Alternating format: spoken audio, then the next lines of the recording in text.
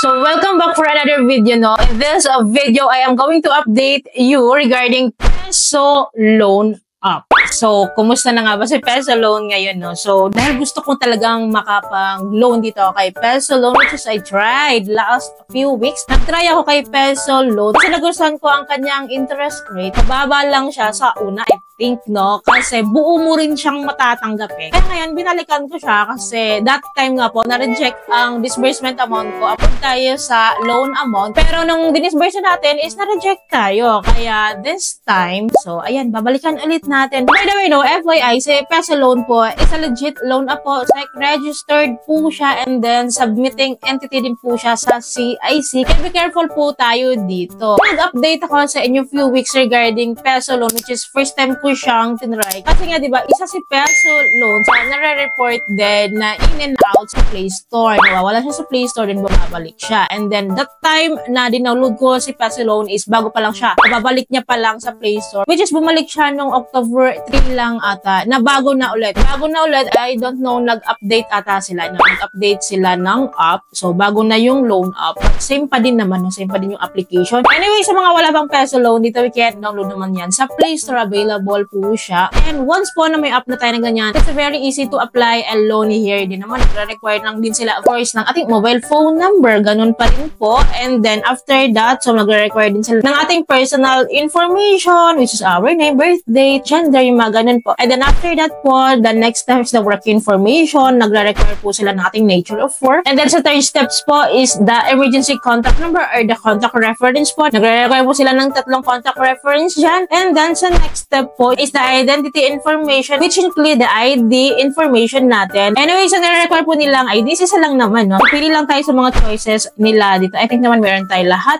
niyan kasi may PhilHealth dito o may national ID pa. So anyway, so after that, picture lang natin yung ID and then the ID details. And then once na na-complete na natin yung application, process, or information na hinihingi nila, no? So next after that, ma-offeran na agad tayo ng loan nila, which is ang offer nga po nila sa akin is 10,000 pesos. Yes, 10,000 pesos ang kanilang first offer sa akin, which is I tried last time na i-disburse siya. Kasi ang baba ng interest rate niya. So ito yung aking loan summary, no? So parang dalang beses ko siya bayaran. Isang 7 days, isang 128 days. Parang lumalabas ng 7 days to pay siya sa una. Which is mababa lang naman. Lumalabas siya na parang 2% to something, 2% yung kanyang interest rate. Dahil nga na-enganyo ako na, so tinry ko yun. So nag-disburse tayo dyan. After that po, no, rejected ako. Nakalagay po na mag-reply daw ako after October 12. So today is November 6 na. Tagal, di ba? Hindi ko agad-agad siya binalikan. So binalikan ko siya ngayon kasi some of you nagde-demand itong sa peso loan daw. Kumusta na daw sa peso loan ko. So ngayon, binalikan ko siya ngayon. Ino-open ko yung app. And then agad-agad po, no, upon opening the app, no, nag-antay tayo ng bago. Nag-antay tayo agad-agad ng offer. Which is may offer sila sa atin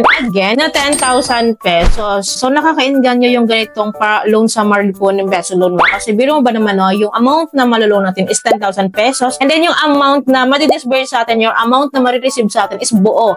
10,000 pesos pa din. And then yung total installments niya po is 4 periods na siya. First kasi 7 days lang magbabayad ka na dapat at least, diba? So eto naman, so maganda. Maganda itong second application natin, no? Kasi 4 months to pay siya and then 30 days na siya. So 1 month na ang pagbabayad dito. Mas maganda, diba? Mas hindi pressured magbayad. Nandito na rin po ang kanyang breakdown of payments. So lumalabas po na meron po silang monthly interest sa akin na 250 pesos. Sa monthly po na babayaran ko, meron akong babayaran na 2,750. Kasama na po yung interest dito. Sa principal plus interest rate po ito.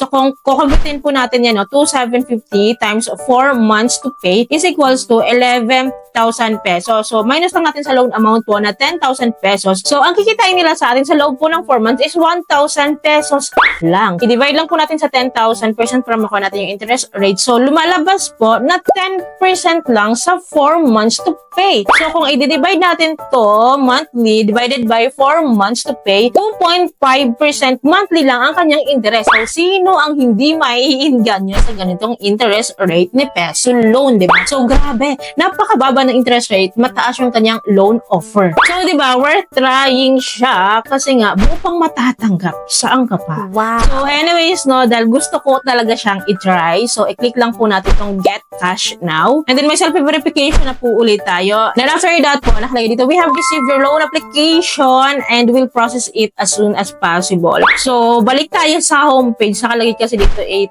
takes usually 5 minutes para magkaroon ng result. So, balik tayo sa homepage. So, nakalagay dito, paid. So, I don't know, ano tong paid na ito? Wala pa namang lumalabas sa akin. Wala pa naman ako natatanggap, diba? So, click natin tong check status. So, ang status niya po is pending pa po siya. Nire-review pa siya. So, antayin natin matapos yung kanyang pagre-review. Hanggang sa ma-disbursan tayo kung totoo ba. Kasi gusto ko talaga siya. Kasi 2.5% interest lang, diba? So, hopefully, so nire-refresh ko siya lang nire-refresh. Wala pa din. Ayan o, wala pa din siya. But anyways, antayin lang natin. Binalikan ko po si Peso Loan, no, nakita ko na yung aking resulta. So, nakalagay dito, no, rejected pa din. Nalulungkot naman ako dito. So, nakalagay dito, you can reapply after October 9, 2024. So, I'm not qualified again this time, but ang maganda dito, mabilis lang pwedeng mag-apply ulit. After 3 days, mag-apply tayo ulit. So, sayang lang, no. But, let's see, sana ma-approve para masubukan natin itong si Peso Loan. But anyways, nabasa tayo ng mga ilang mga commentators natin sa Peso Loan videos ko, no, para rin kayo pa na-aware tayo. Then, nakalagay dito, no, di siya maganda utangan. Yung cash loan ko nga dyan, 8K. Kaso, ang matatanggap mo na lang, 5,100 na. Ang laki pa ng kaltas, grabe. Buo sa 5K, pero yung offer na 8K, di yun mangyayari. 5K plus lang talaga. Huwag na oyin nyo na yung 5K nyo. So, ayan, no, may naka-experience po ng ganito. So, I thought buo siya kasi yun yung pinaproject niya eh. So, I don't know, but basta tayo iba. Naka-overdue na daw siya ng 5 days sa kanya. Tapos, kung sino-sino na daw tinatawagan nila, pati messenger na message ako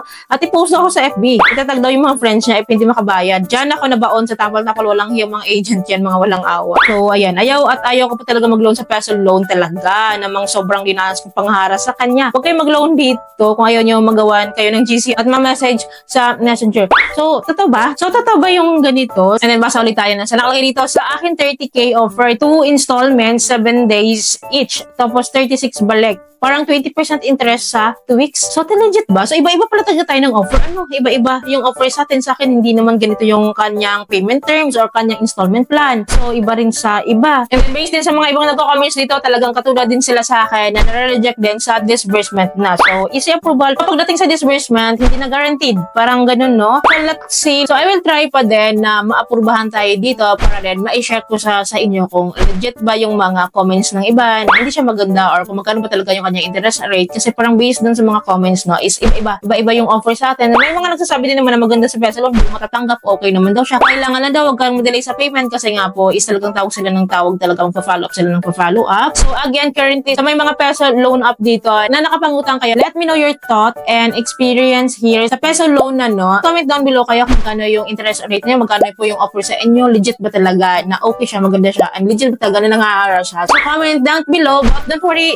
i-update ko kayo ha. Kung kailan tayo maaprubahan dito, i-update ko kayo sa mga ganaps ko dito sa Peso Loan and sa mga update dito sa Peso Loan. Kaya dapat po nakasubscribe kayo and click yung bell button para lahat po ng videos ko is updated and notified po kayo. Yun lamang po ay pumanatog lang sa video ito. Ay po nakatulong tong video sa inyo. Kung gusto niyo yung video, please don't forget to like and share. And thank you po for watching this video. Bye!